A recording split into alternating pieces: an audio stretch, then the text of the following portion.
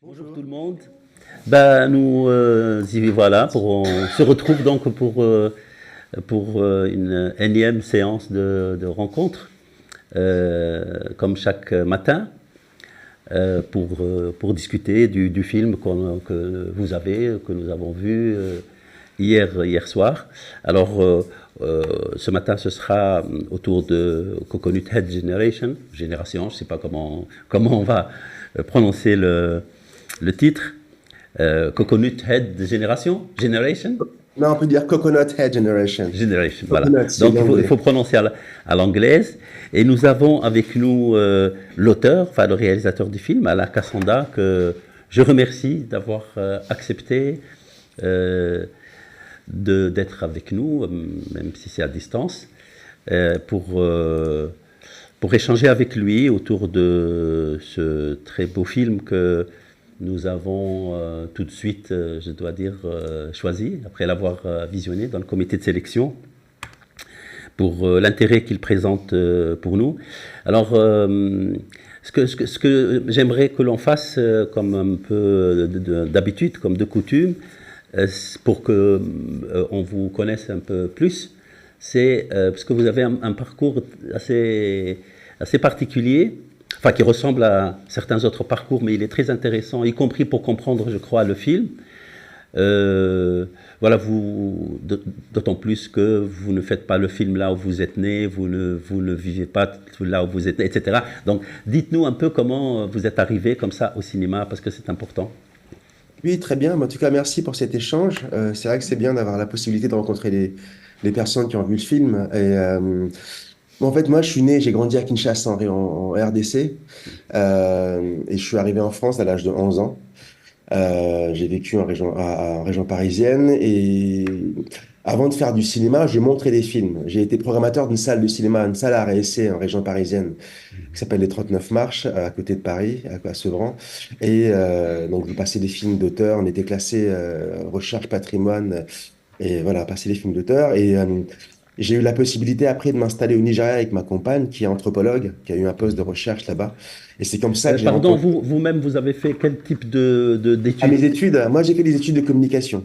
C'est ça, ouais. J'ai fait des études de communication, j'ai organisé des événements culturels, donc j'ai organisé pas mal de festivals et d'événements autour du cinéma. D'accord. J'ai commencé par faire la programmation. En fait, je suis venu à la programmation il y a 20 ans avec une petite association avec laquelle j'organisais des cycles de projection et de rencontres autour du cinéma et de la littérature. À Très chaque bien. fois, on invitait un auteur et un cinéaste à dialoguer C'est à ça. partir d'une œuvre. Et c'est comme ça que progressivement, je suis passé de ces cycles-là à des cycles plus gros dans des salles de cinéma et que j'ai repris la programmation d'une salle à RSC, donc à Sevran. Oui. Et là, je passais tout type de film et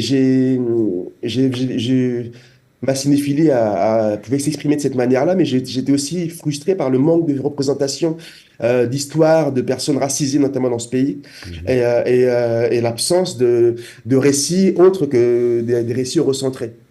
D'accord. Et c'est ça aussi qui a été la motivation pour que je passe de l'autre côté de la caméra et que je fasse des films. Donc la première réalisation pour moi, c'était Colette et Justin, C'est ça. un documentaire sur mes grands-parents.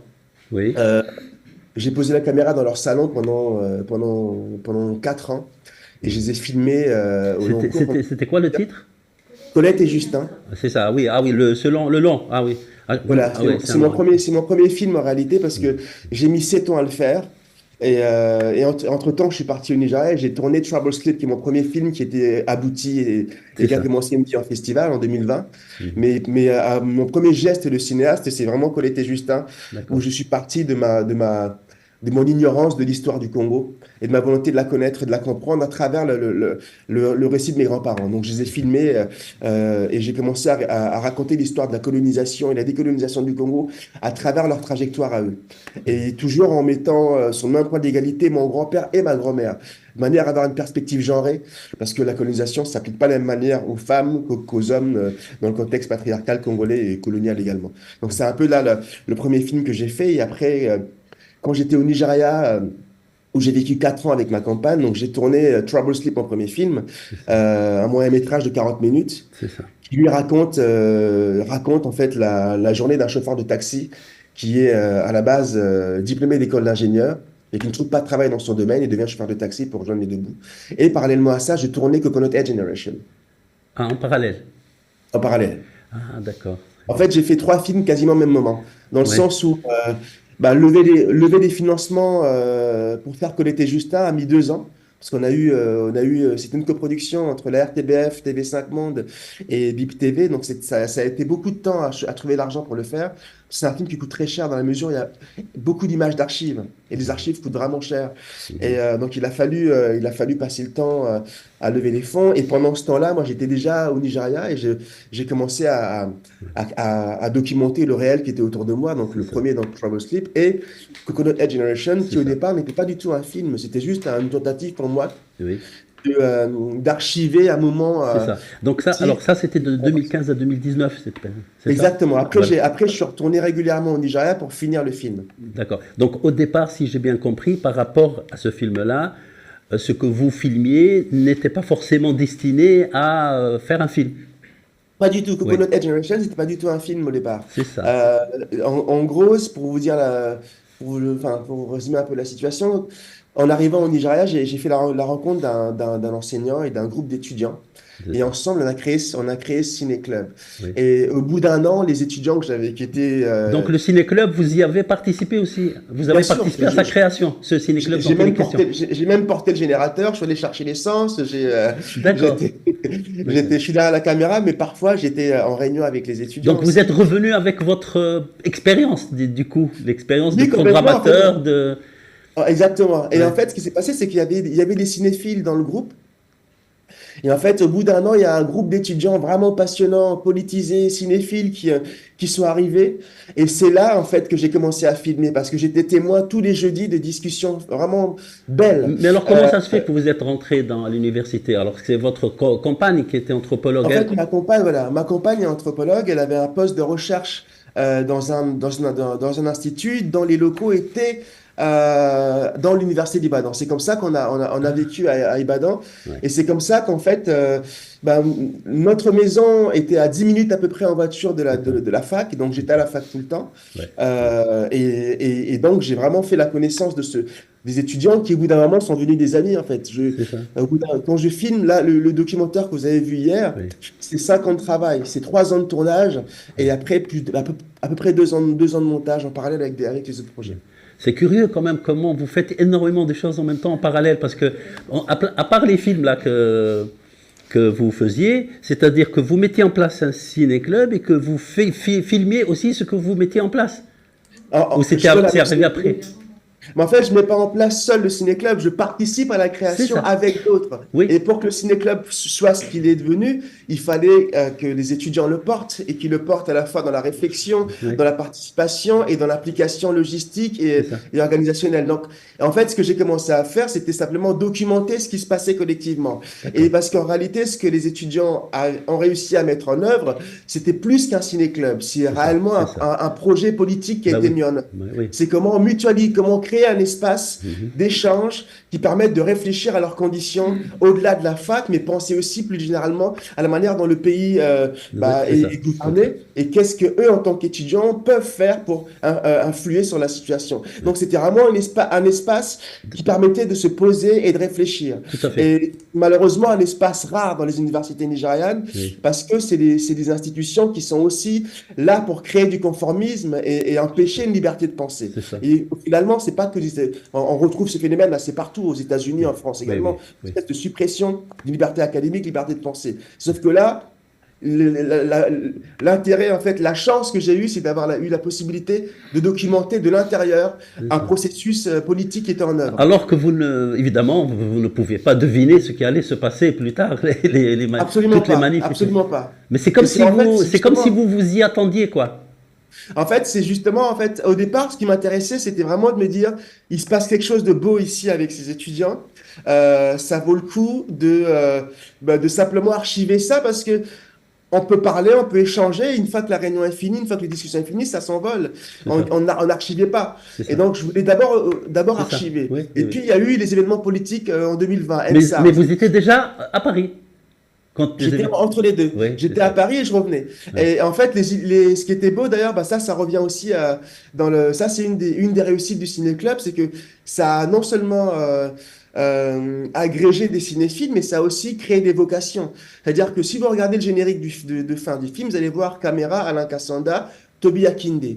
Toby Akinde, c'était un étudiant en droit initialement, qui est arrivé au ciné-club presque par hasard. Il avait entendu dire à la fac qu'il y avait un espace de projection de films et de discussion. Un jour, il est venu. Il a aimé le film, je ne sais plus quel film on passait. Il a adoré le film, il a adoré la discussion, et puis il est revenu régulièrement. Et en fait, il s'est impliqué petit à petit dans l'organisation du ciné-club. Et, et en fait, avant de partir, je lui ai offert ma caméra, celle avec laquelle j'avais tourné Trouble Sleep, le film sur le chauffeur de taxi. Et parce qu'il avait envie de faire du cinéma aussi, parce qu'il a eu une vocation de cinéaste à ce moment-là. Et c'est avec cette caméra que lui a tourné les images des mobilisations dans les rues d'Ibadan. Donc les émeutes qu'on voit, enfin les mobilisations C'est à Ibadan qu'on voit, elles sont tournées par Toby. Donc du coup, c'est ça. le film devient aussi une expérience collective, dans le C'est ça. sens où Ouais, les personnes qui sont filmées participent également à la production des images sur elles-mêmes tout à et fait. à la production du discours sur elles-mêmes. Donc il y a vraiment une circulation de la parole et de la production des images et des idées à tous les niveaux. Oui, oui, tout à fait, oui. C'est vrai parce qu'on a remarqué ça mais dans un certain nombre de films, mais là c'est particulièrement frappant. Et un côté, comment dire ça, performatif, quoi. C'est Complètement. participatif et performatif, c'est-à-dire en faisant le film, en fait, on modifie presque la réalité, quoi. Exactement. Et en Et fait, la réalité, c'est leur réalité qu'ils modifient également, dans le oui, c'est sens ça en où même temps, oui. ils modifient parce qu'ils deviennent des agents de leur propre Hein. existence, Oui, oui. parce qu'ils participent tous au mouvement NSARS, mais ils participent également au discours qu'on a sur eux-mêmes, parce qu'il y a très peu d'images, en réalité, du Nigeria, du point de vue des Nigérians. C'est La ça. plupart du temps, c'est un discours médiatique qui est construit sur des modalités sensationnalistes, où on insiste uniquement sur des questions de chaos, d'insécurité, de violence urbaine, violence endémique au Nigeria, ou lorsqu'il y a éventuellement des attentats terroristes au nord avec Boko Haram, la focale n'est que là-dessus. Il y a très peu d'images qui montrent un autre Nigeria, un Nigeria banal, un Nigeria fait d'intellectuels, de gens qui pensent leurs conditions. Et ça, c'est quelque chose qui est fondamental dans les représentations. Et c'est aussi important que dans cette production d'images-là, bah, les protagonistes, soit les principaux concernés, Oui, soient oui. impliqués Oui, oui. dans la production d'images sur Ouais. eux-mêmes. Oui, parce que quand on voit le film, on pense pas du tout à ça. Hein. C'est pas du tout. On pense que bon, c'est un film qui a commencé comme ça. Et en fait, quand on voit comment ça s'est passé, ben, on comprend tout à fait autrement le film et on saisit véritablement sa valeur. C'est curieux, c'est un peu magique cette histoire parce que c'est comme si les manifs attendaient que vous veniez pour se déclencher. Oui, C'est en fait, étonnant ce rapport à la réalité. c'est en tout cas, ce que je trouve intéressant dans le documentaire, c'est que en tout cas, c'est le cas de tous mes films, c'est qu'ils ne sont jamais écrits à l'avance. C'est ça. Et que même mon documentaire sur mes grands-parents, Colette et Justin, qui par ailleurs passe en ce moment sur Tinc, si vous avez la possibilité de le voir, vous pouvez le voir pendant encore un mois et demi, il passe sur Tinc. Ah, sur Euh, Tank, oui.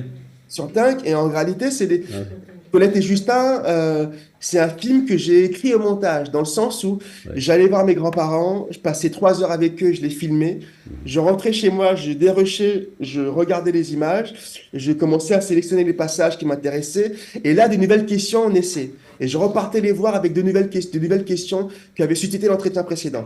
Et lorsque je commençais à chercher les images d'archives pour contextualiser leurs paroles, parce que, en gros, le récit se passe entre les années 40 et les années 2010. Et donc, pour montrer les images de la colonisation, il fallait trouver des images C'est ça. d'archives.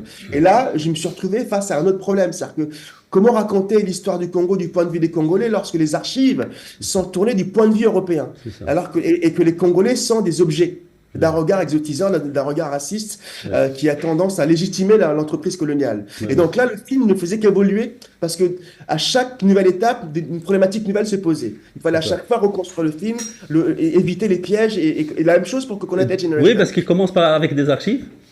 Exactement. Ouais. Donc les archives, qui signifie aussi que la fac, Ouais, c'est ouais. la première université du Nigeria, Ouais. avec un héritage colonial très fort, qui se retrouve aussi dans la gouvernance de la fac aujourd'hui, Ouais, qui ouais. est très autoritaire, et avec toujours un espèce de prestige dû au passé glorieux de la fac, parce que beaucoup de grands intellectuels nigérians sont passés par là. Wole Soyinka est passé par là. Oui. Malcolm X, lorsqu'il a fait son voyage à la Mecque, il s'est arrêté au Nigeria, Oui. il a fait une conférence à Ibadan. Mhm. Patrice Lumumba, lorsqu'il est parti à la première conférence panafricaine à Accra, il est passé à Ibadan, il a fait une conférence aussi. Donc, c'était une université très importante. Des intellectuels comme Ngugi wa Thiong'o, le grand auteur Oui, kenyan, est passé par UI aussi. Donc, c'est vraiment une fac qui était qui produisait des intellectuels qui étaient reconnus sur le continent africain et même bien au-delà. Et sauf qu'aujourd'hui, c'est plus vraiment le cas, mais il y a quand même cette gloire cette passée histoire, qui oui. fait que ça reste une fac quand même prestigieuse dans le contexte nigérian. D'accord. Alors, juste une dernière question avant de passer la parole à la salle. Si j'ai bien compris, pour revenir un peu une dernière fois sur la genèse du film, le film, vous avez décidé de le faire au moment où se sont déclenchés les événements, les manifs. Exactement. C'est à ce Exactement ça. moment-là que vous vous êtes dit, ah, ce que j'ai documenté maintenant, je vais le mettre dans un film. En fait au moment des événements, c'est là où l'idée d'un film est née. Parce C'est que ça, tout d'un coup, ça faisait sens. Parce c'est ça. que ce qui s'est passé, c'est que en gros, NSARS a commencé, on le dit dans le film, Oui. euh, avec une diffusion de vidéos virales où on voyait les policiers donc, de cette unité SARS. Donc les SARS, c'est Special Anti-Robbery Squad, unité de la police nigériane créée en 92 au départ pour combattre les braquages à main armée, qui était un fléau à Lagos à l'époque. Mhm. Sauf que cette unité de police-là, qui opérait de manière complètement autonome, sans uniforme, en voiture banalisée, pour pouvoir infiltrer les gangs, les groupes armés, C'est ça. a commencé aussi à s'autonomiser et commettre des crimes eux-mêmes. Oh là là. Donc il y a eu plusieurs appels au démantèlement de cette unité-là. Même le hashtag NSARS remonte en fait à 2017, pas 2020. Et il y avait D'accord. eu plusieurs demandes, il y a eu 4 tentatives de démantèlement de cette unité-là.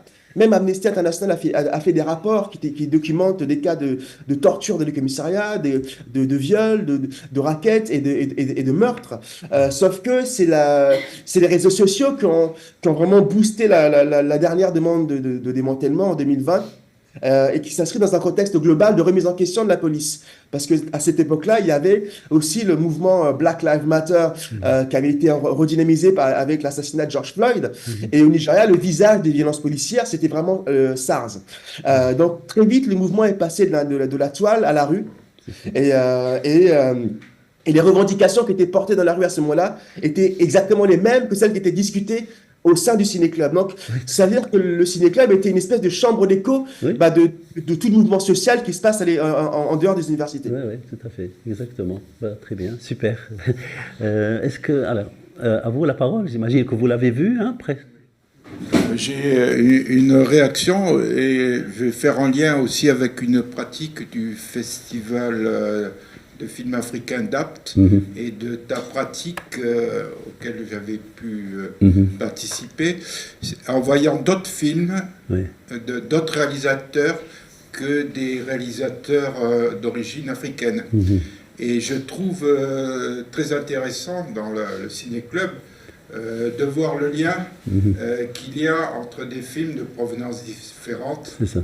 Le film d'Alain Resnais, là, sur les films sur les émeutes en Angleterre. Mhm. Et c'est comme si le cinéma était un langage universel, mais qu'on pouvait à chaque fois reprendre dans un contexte donné.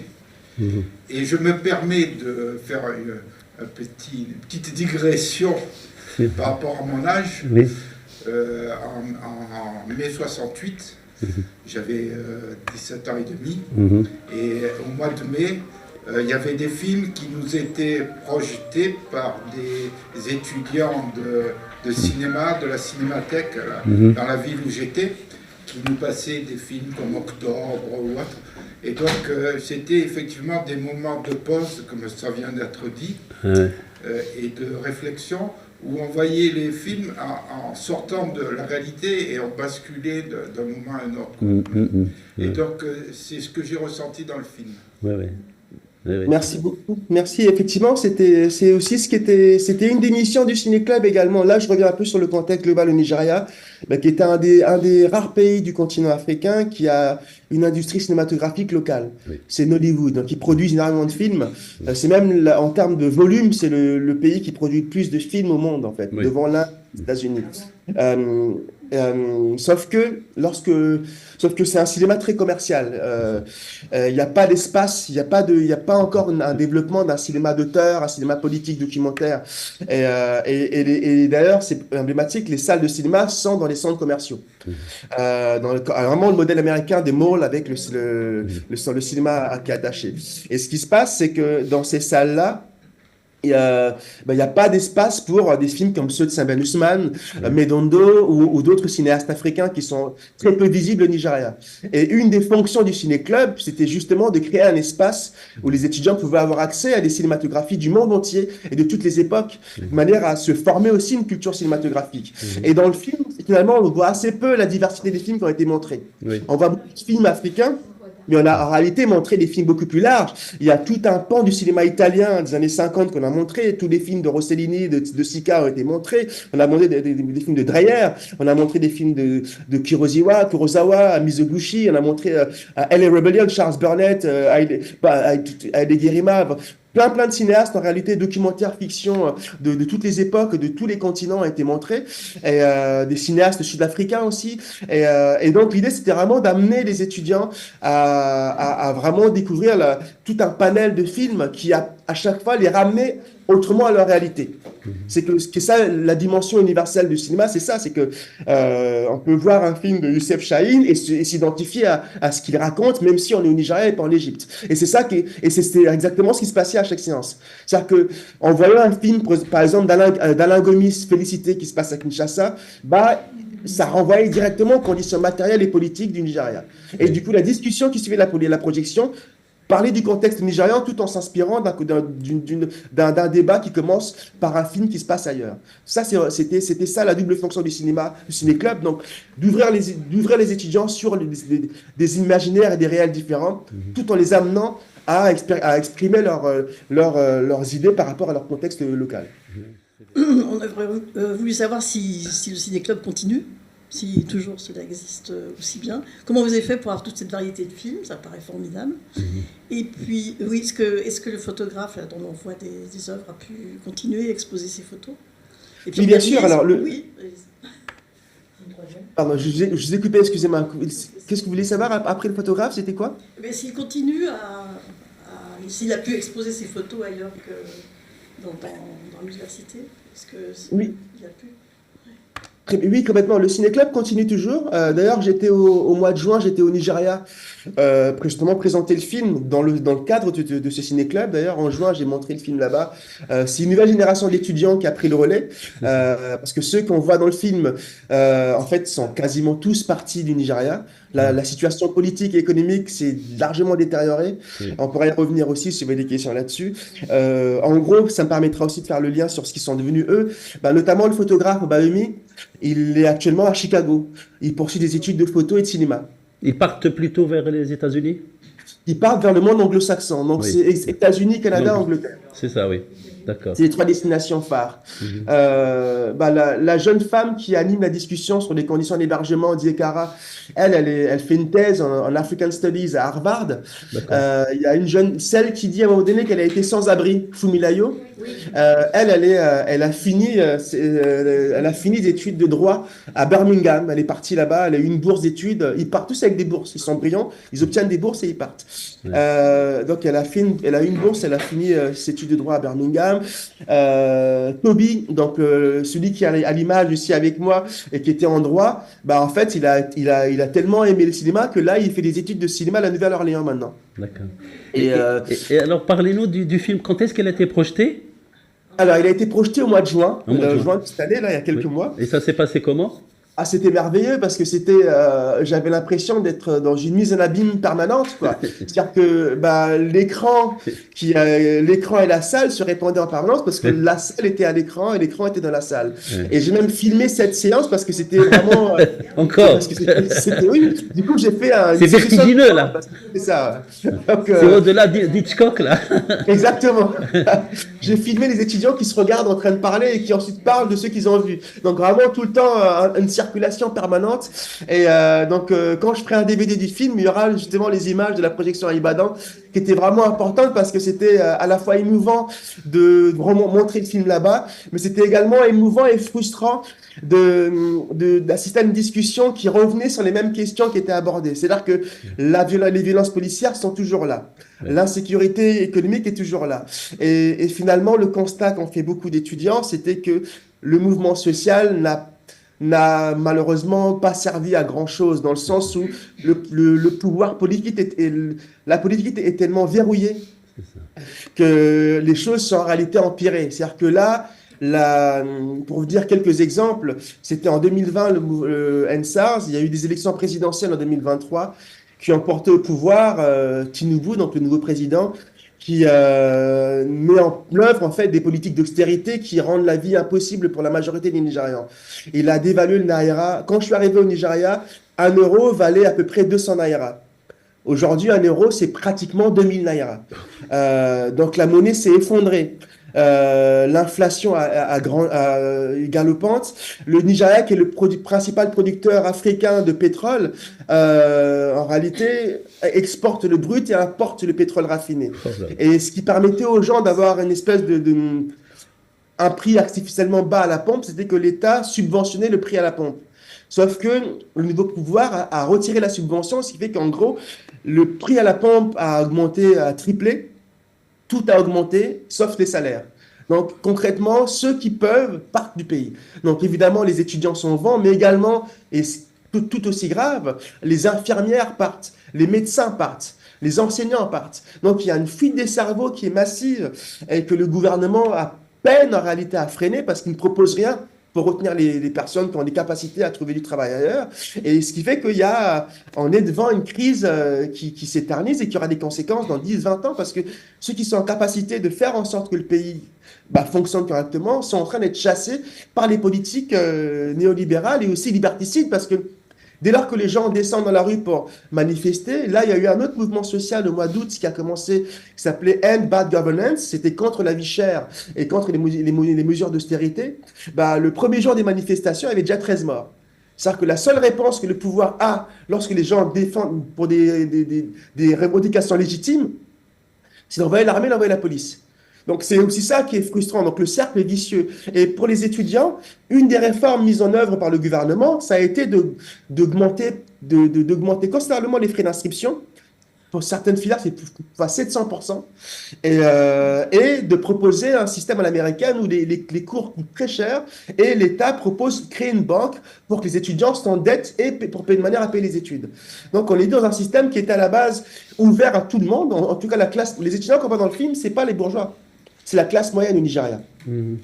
Parce que les riches vont dans les facs privées ou à l'étranger. Les pauvres n'ont pas forcément les moyens d'aller à l'université, donc là, c'est la classe moyenne qui s'exprime. Sauf que l'augmentation des frais d'inscription fait que même la classe moyenne ne pourra plus aller à l'université au Nigeria, à moins de s'endetter massivement, et avec quelle capacité ensuite de trouver de l'argent, de travailler de manière à rembourser le prêt. Donc, en gros, l'État nigérien organise le sabotage de son propre avenir, de sa propre jeunesse. Oui. Et donc, en gros, Coconut Head Generation, c'est la version soft de ce qui se passe en réalité aujourd'hui au Nigeria. Oui.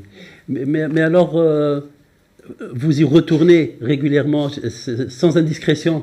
C'est aussi un peu lié, j'imagine, au travail de votre compagne d'anthropologie, non? En fait, pas du tout, parce que ma compagne, en fait, on fait deux choses différentes. Ah. Elle y va 2 fois par an pour ses travaux de recherche. Oui. D'ailleurs, elle y retourne. On était ensemble à 2 semaines d'intervalle en juin. On va y retourner en fin d'année aussi.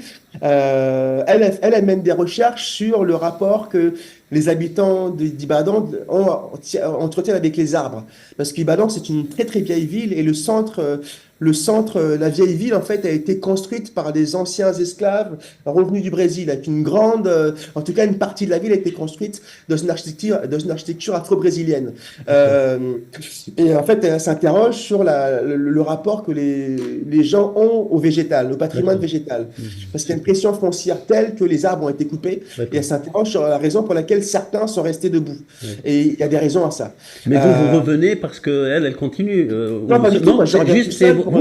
Ah oui. On revient, on travaille de manière complètement autonome. Ah, d'accord, d'accord. Elle travaille sur la relation aux arbres, et moi, je travaille chez les films au Nigeria. Donc, on fait vraiment des choses complètement parallèles et différentes, mais avec une connexion en permanence. C'est-à-dire on a monté notre société de production ensemble, Adjimati Film, Mhm. et donc on va même faire un film ensemble sur les arbres à Ibadan. Votre Et société, vous l'avez montée où? on a monté à Paris parce qu'on est Oui. basé, on est basé, on est D'accord. basé à Paris, on D'accord. fait des allers-retours. Voilà. C'est-à-dire qu'on a vécu au Nigeria de 2015 à 2019. Après, on est revenu et depuis, on fait des allers-retours. Vous avez des attaches là-bas, je veux dire. C'est. Énorme. On a des attaches Ah, énormes. c'est Et ça. on a des amis. C'est devenu le Nigeria pour nous, c'est devenu un pays d'adoption. On n'a pas la nationalité nigériane, mais on a des attaches très fortes, quasiment familiales. Donc, c'est quelque chose d'important. D'accord. Et au-delà de ce ciné-club, est-ce que le film a été montré ailleurs, au Nigeria ou pas? Bien sûr, il a été montré il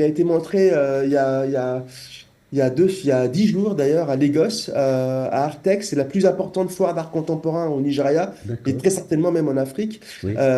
Et donc le film a été montré là-bas. Et ce qui est intéressant, c'est que ça se passe à Lagos, donc c'est la capitale économique et Oui. culturelle. Et le public qui va à Artex, c'est un public qui est très connecté à l'international. C'est l'élite artistique et culturelle nigériane. Donc c'est aussi important que ces films aussi pénètrent d'autres sphères qu'uniquement des sphères militantes et étudiantes. Donc la chance qu'on a, c'est qu'on a la possibilité de toucher des publics différents. Donc à la fac, c'était ça. On a aussi montré le film dans un autre quartier populaire à Lagos, à Surulere au mois de juin, dans un club de jazz en réalité, où on a organisé une projection là-bas et les gens sont venus voir le film avant un concert. Et là, c'était gratuit, donc il y avait beaucoup de jeunes. Et donc l'idée, c'est vraiment le montrer dans des. On a aussi montré le film à l'université de Lagos, là où le photographe Obayomi a fait des photos sur les D'accord. conditions d'hébergement. Mhm. Donc l'idée, c'est de montrer à la fois dans les facs, mais aussi dans des lieux qui touchent des gens de sphères différentes. Mhm. Vous vous intéressez au rapport entre la littérature et le cinéma. Je voulais savoir si vous avez travaillé avec une écrivaine qu'on aime beaucoup ici, c'est Ngozi Chimamanda Adichie. Ah, bah oui, c'est ça. Enfin, je connais son travail, j'ai lu son travail, bien sûr, Half of the Sun, l'autre moitié du soleil, mais j'ai pas travaillé avec elle, parce qu'elle vit, en réalité, elle vit aux États-Unis. Ah oui, d'accord. Et, elle vit aux États-Unis, elle fait des allers-retours avec le Nigeria, mais c'est pas du tout quelqu'un avec laquelle j'ai jamais rencontré. Enfin, je l'ai vu une fois dans une présentation de livre à Lagos, mais j'ai jamais interagi avec elle. Et puis moi, ce qui m'intéresse, c'est vraiment aussi c'est vraiment documenter, pas forcément l'élite, mais documenter les gens qui sont justement sous-représentés. Et en l'occurrence, là, dans le cadre au Nigeria, c'était qu'est-ce que c'est que d'être étudiant au Nigeria? Qu'est-ce que c'est que d'être un jeune homme, une jeune femme qui fait des études et qui doit s'adapter à un contexte économique défavorable? Et là, ça, c'est mon premier film. C'est plutôt ces questionnements qui m'intéressent. Et moi l'élite politique et culturelle. Est-ce qu'il a circulé en Afrique, le film? Bien Non. sûr, là, il a beaucoup circulé. Bah, le film circule. Coconut Head a été montré, donc il était au festival de Durban, donc en Afrique du Oui. Sud, en compétition. Oui. C'est un des plus gros Oui, oui, sur oui. le continent, Ouais. si ce n'est le plus gros, même devant le FESPACO, je pense. Oui.